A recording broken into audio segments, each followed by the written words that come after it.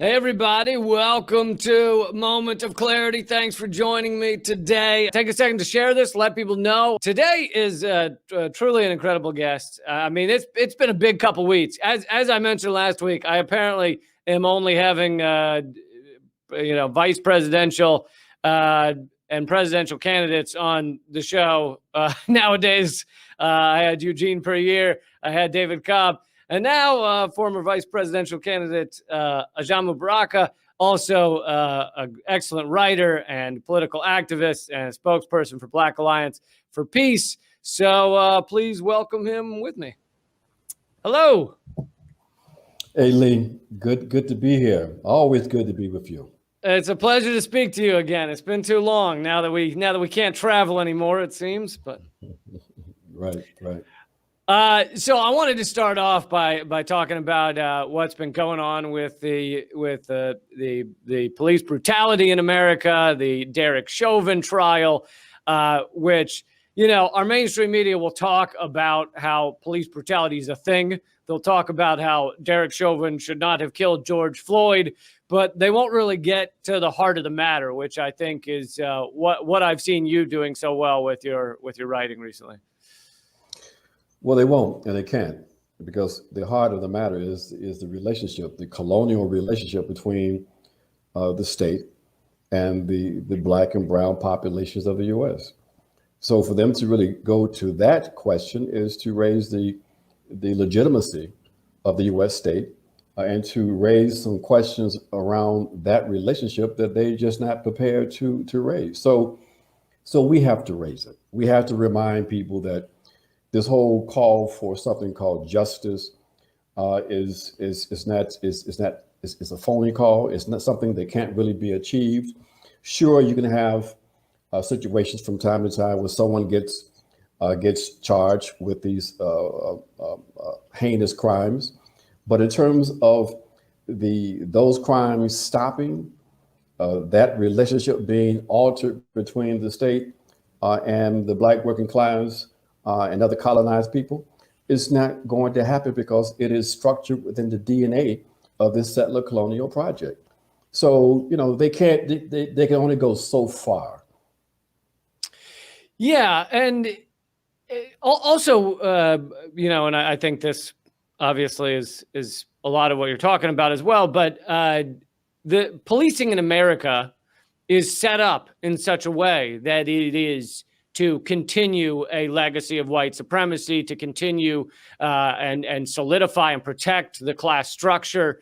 And so in this trial with Derek Chauvin, you could see him found guilty or not guilty, let's hope guilty, but and it won't actually do anything to change policing in America. Well, I just, a piece I wrote just came out today, and Black Agenda Report, and I think also in Counterpunch and Dissident Voice, where I talk about this show trial. And I talk about the fact that this was in fact a setup, that it became quite clear to many of us that Chauvin had to be the sacrificial lamb, that the state couldn't get around what millions of people saw with their own eyes around the world. And so it was set up where this was supposed to be a referendum on U.S. justice, the ability of the state to be able to render justice. And we saw something that was quite extraordinary with police officials breaking ranks, breaking tradition, and providing damaging testimony against one of their own. But it was quite clear. It wasn't, I'm not going to suggest a conspiracy between state propagandists and police forces in Minneapolis, but there was a sort of an ideological conformity here, something that suggested to all the authorities that they could not defend this particular police person, and that there was in fact would be some value in this person being convicted. So the show trial was set up, but one thing happened that kind of disrupted their plan, and that is another killing of an unarmed Black kid. Deontay Wright, and that threw into a panic. How they're going to frame this, because it's quite clear that these cases are not going to stop. So when people call for justice, what are they calling for now? A trial? Is that all that we can call for? So this is this is a continuation. It will continue as long as there's not an alteration in that relationship, as long as the police forces continue to do what they've been set up to do, to control and to contain the working class and the Black and brown colonial peoples. Yeah, I think I think you're right that it's kind of thrown the couching, the framing of the story into disarray, as they were hoping it would be, that they could just nail down this one bad apple, and act like that was going to change things. I also saw you tweeting about the connection between what we see with police brutality in America and our military overseas, our attacks, our invasions, our destruction of life overseas. And you'll never see the mainstream media connect the two, as if they live in two separate worlds. Exactly. Even the phony conversation around so-called gun violence is interesting to me, how that concern about a legitimate concern about gun violence, the moral positions people take when we have these senseless mass shootings, and look at this issue of violence in the U.S., how that issue then is disconnected from the normalization of violence and the support of U.S. military aggression globally. It's like the question becomes, what is it? What kind of tools are the U.S. forces using outside the borders of the U.S.? Sticks and stones? No, they have weapons. They have guns. So if you're concerned about gun violence, then that concern to be morally consistent has to be extended to your concern with U.S. aggression, U.S. warmongering. So we have to make all of these connections, Lee, because we're at a point in history where we don't have the luxury of illusions, especially for those of us who are at the receiving end of this colonial capitalist project. So we have to call it as we see it. We have to appeal to our allies to trust our analysis, and to re-examine their own positions, their own worldviews, especially when it comes to things like U.S. patriotism. That basically, when you start embracing U.S. patriotism and defending the U.S., that in essence you are in some ways putting yourself in opposition to us, because we can have any illusions about the nature of this state. And so we see that left and liberal patriotism is nothing but the flip side of the same white supremacist coin that you see from the other side. So these issues have to be connected. People have to understand them in order to make the correct decisions in terms of where they stand. Who will they align with? When would they put themselves on the line for social justice and human rights? Yeah, very, very well said. In terms of our military and foreign policy, we now have, I talked about this some with Brian Becker yesterday, but we now have proof that, believe it or not, a horrible white supremacist like Donald Trump had tried to bring the troops out of Afghanistan, actually drafted a memo saying all troops would leave when he lost the election. He drafted that memo, and the military, the Pentagon, talked him out of it. And they had this May date for withdrawal. And now Biden has come forward and said, oh, the troops will come home in September. And yet I assume we'll continue to drone bomb. So does this mean anything to you? Well, one thing it does mean is I knew this was going to happen when I came on this show. So you pushing that Russian line, anytime, when you point to the fact that perhaps Donald Trump did something that may have some kind of value, then basically you're a pudding poodle or whatever. Look, it is absolutely I incredible. wasn't saying he has any value as a human being. It's absolutely incredible that we can allow the Biden administration to get away with the possibility of undermining what could be an end to the Afghan quagmire. The fact of the matter is, as you said in your question, that there was a process, as flawed as it may be, who knows, but it had the possibility of extracting the U.S. from its second longest war. We say second longest because we say that the longest war that was waged by the U.S. state was the more than 100 and something years war they waged against the indigenous people as they marched from the East Coast to the West Coast. Okay. And one could even throw in the fact that the Korean War has never ended. So, this is what we have to deal with in terms of people understanding what it is we up against, and why we have to have clarity, like the name of this show. That if the Biden administration did not renegotiate with the Taliban an extension for U.S. forces to be in the country past May 1st, then what are they in fact doing? Are they setting up a scenario where the Taliban then begins to retarget U.S. troops, and then the Biden folks are now reluctantly having to escalate and bring U.S. forces back into the country, or not leave the country in the first place? We're not going to fall for it. So that's why at the Black Alliance for Peace, we issued a number of comments, including today, where we said that we want the U.S. out today. We want the U.S. out by May 1st.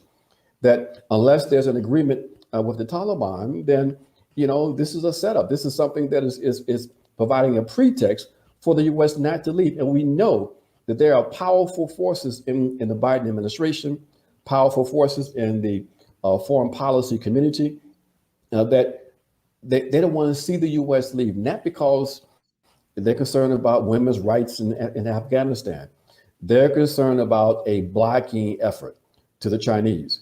They want to be in China and compete in Afghanistan and compete with the Chinese over that estimated $1 trillion worth of minerals in Afghanistan. They want to be able to block the Belt and Road Initiative. So there's a strong strategic, geostrategic argument that they take for why it's imperative for the U.S. to stay in Afghanistan. And that's why they're trying, we believe, to create a pretext, in fact, to do that. And moving on to Latin America, do you see any difference so far in Biden's foreign policy towards Latin America and Trump's?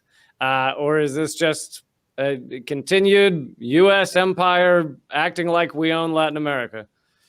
Well, again, when you make these comparisons, and then you say things like there's no difference between the Trump administration and the Biden administration when it comes to U.S. foreign policy objectives, you still get accused of being soft on whoever the current enemy is. And then when you go further and say that, in fact, in some ways, there's some issues that are more dangerous now as a consequence of the U.S. being in power, you really are running the risk of being condemned by these forces out there in cyber land. In Latin America, no. We see, like, for example, in Colombia, the Trump administration was trying to put pressure on the government here to do things like reinitiate aerial spraying of cocoa plants, something that glyphosate, right? Yes, something that is clear is poison. It had impact on Afro-Colombian and indigenous peoples in terms of their ability to grow food, and it was resisted for many years.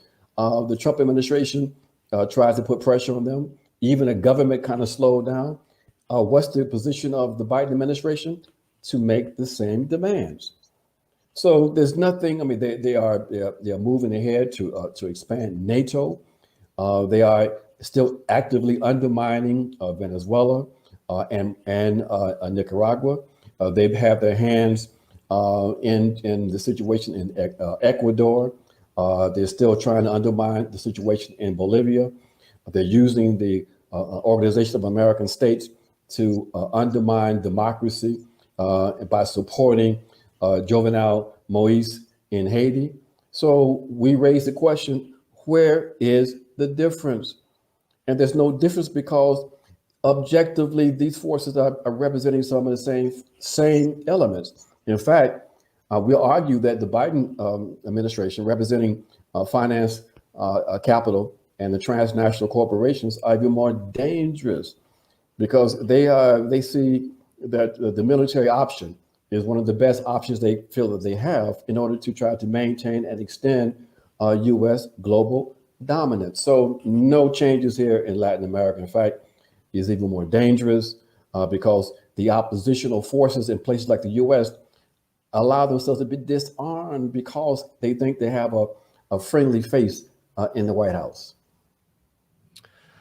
All great points. I try not to be one of these who makes everything about Alexandria Ocasio-Cortez. I don't. I rarely do segments on her, even though she seems to be the media's main focus of anything of the Democrats. But she did the other day do an interview that people are talking about where she said, if you claim that Biden is the same as Trump, then you're essentially, in terms of border policy, immigration policy, then you're essentially saying that the people that Biden is saving at the border are not human beings. And she basically accused those who say Biden and Trump are the same of ignoring people of color at the border and acting like they're not human beings. I wanted to get your thoughts on that. Well, this is part of the kind of liberal refrain to attempt to try to use the weapon of ethnicity and race in order to provide cover to the policies of the neoliberal element that's in power right now. And what it does, it undermines the morality of these forces because they're not being consistent. To be consistent means you have to call things as you see them, as you know they really are. And so the policies we see that have generated the massive migration of peoples from Central America into or attempted to try to come into the U.S. is a consequence of U.S. policies over decades. And that's been a bipartisan set of policies over decades, including the Obama administration that created the situation in Honduras when they gave a green light to a coup in that country. So, you have to call things the way they are. If you're going to be biased on the side of the people. Okay, it's easy to find a way to collaborate with power. Okay, if you have real courage, then stand up for principles. Okay, so no, we're not going to fall for it. We're not going to allow our friends to be silenced by this kind of left opportunism. You call it the way it is. We got pig policies on the southern border being perpetrated by a Biden criminal cabal, a criminal regime, and it's got to be called out for what it really is. So later for AOC and all of the opportunists who are collaborating with these criminals.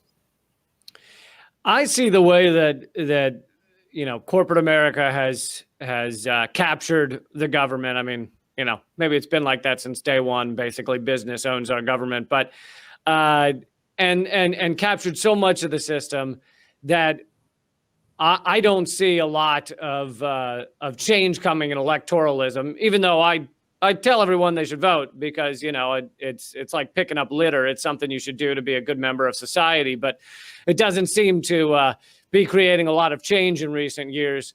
And I know that you ran as vice president on the Green Party ticket, and you ran an excellent campaign. But I want to hear your view on how much electoralism matters and, where people should be trying to create change, if not there. Well, look, I mean, it's an objective fact that we have millions of people who participate in bourgeois electoral politics. The question for progressives and for people who want to see radical change in this country is to determine how we should relate to that area of struggle. We say that if you're going to participate in this process, it has to be from an organized base. You have to be clear about what it is you're trying to do. We think that there's still some possibilities on the local, we say we, meaning those of us who will look at this thing very closely. I'm not talking on behalf of BAP at this moment, but we think that there's some spaces that could be captured on the local level. If you do it as part of a broader strategy for building alternative political power. The issue here, the principle has to be raised is building independent political power. It means you're not collaborating with the Democrats. It means that you have a strategy that has the end result to strengthen your organizational base in order to build the structures, the instruments that we need in order to eventually have enough power to, in fact, take power. Okay, so we don't just we contest. We say you contest the opposition in every space. So we don't dismiss the electoral arena, but we also have no illusions about its possibilities. You're not going to vote yourself into liberation. The capitalists are not going to because you're voting for them. Even when you vote them out to a certain extent, they're not just going to give up power and walk away. So people have to understand that in the end, it's going to take a horrific struggle because you have the most entrenched, rapacious, backward ruling class in the history of humankind in these United States of America. And they ain't going to give up nothing, okay? So if you're not ready for a life and death struggle, then you go off and play some golf and do some other stuff because the struggle ain't where you need to be. You can't vote yourself into liberation. I think that's the quote of the day. I wanted to, maybe on a positive note, during this pandemic, as so many people are struggling, in a way, maybe even greater than we've seen in recent years. I have seen an increase in mutual aid, in mutualism, in cooperation. And I don't know if maybe that's the bubbles I'm operating in, or that's larger. But do you feel in these dark times, kind of coming out of this pandemic, that it could be a springboard to a bit of an awakening for humanity? Oh, I'm optimistic. I'm seeing the same things you're seeing. I'm seeing that people are experimenting with these mutual aid efforts in their local communities. I'm seeing these young people who are forced out of circumstances to raise critical questions with themselves and with their society. And they are radicalizing and looking for radical homes. The Black Alliance of Peace, for example, we are experiencing a tremendous expansion of our membership base of young Black radicals who understand what the game is and understand that the only way we're going to be able to advance ourselves and humanity is through radical organization. So no, there's a lot of good things. It's difficult and it's tough, but people had some training last year when they was getting their asses kicked and knocked upside the head by the police. That was a training process. And out of that experience, we have a core of skilled activists who are thinking and who are struggling, who have been able to experience what it means to exercise some power. So we have to move, and we're moving that power of mobilization to organization. And many people understand that trajectory. And so, no, I'm absolutely optimistic. I think, though, it's key for us to build a radical movement in this country, not only to address our needs, but understanding the critical need to have change in order to relieve collective humanity. Because right now, the main contradiction in this world is between the U.S. and European bourgeoisie and collective humanity. And folks have to ask the question, what side are you going to be on? And so many people are making that decision, and they have decided to join with humanity, people of all backgrounds. And so that's why the state and the enemy is scared to death.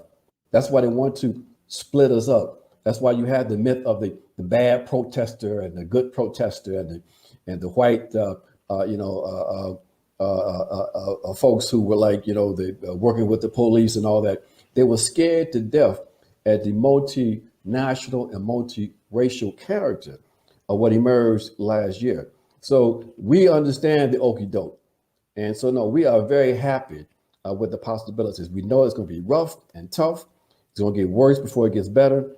But you cannot put a brake on the fight for social justice. And that's the thing that the enemy doesn't understand yet. Well, thank you so much, Ajamu. I couldn't agree more. And you put it so beautifully. It's like poetry. So thank you for taking the time. I'm glad to be here. Let's not go too long for the next time, Lee. Absolutely. And for everybody that I'm sure wants to keep up with you or to join the struggle you were just talking about, Black Alliance for Peace has a website, correct? .com. Yes. BlackAllianceForPeace.com. And I got to remind myself to do this. Follow me on Twitter at Ajamu Baraka. Absolutely. Thanks again. Thank you. All right. That was the always incredible Ajamu Baraka. Love his stuff. Love his voice. He sums it all up well. And he's been at the fight for a long time. I'm going to wrap this up. Thank you guys so much for joining me. Let's keep fighting.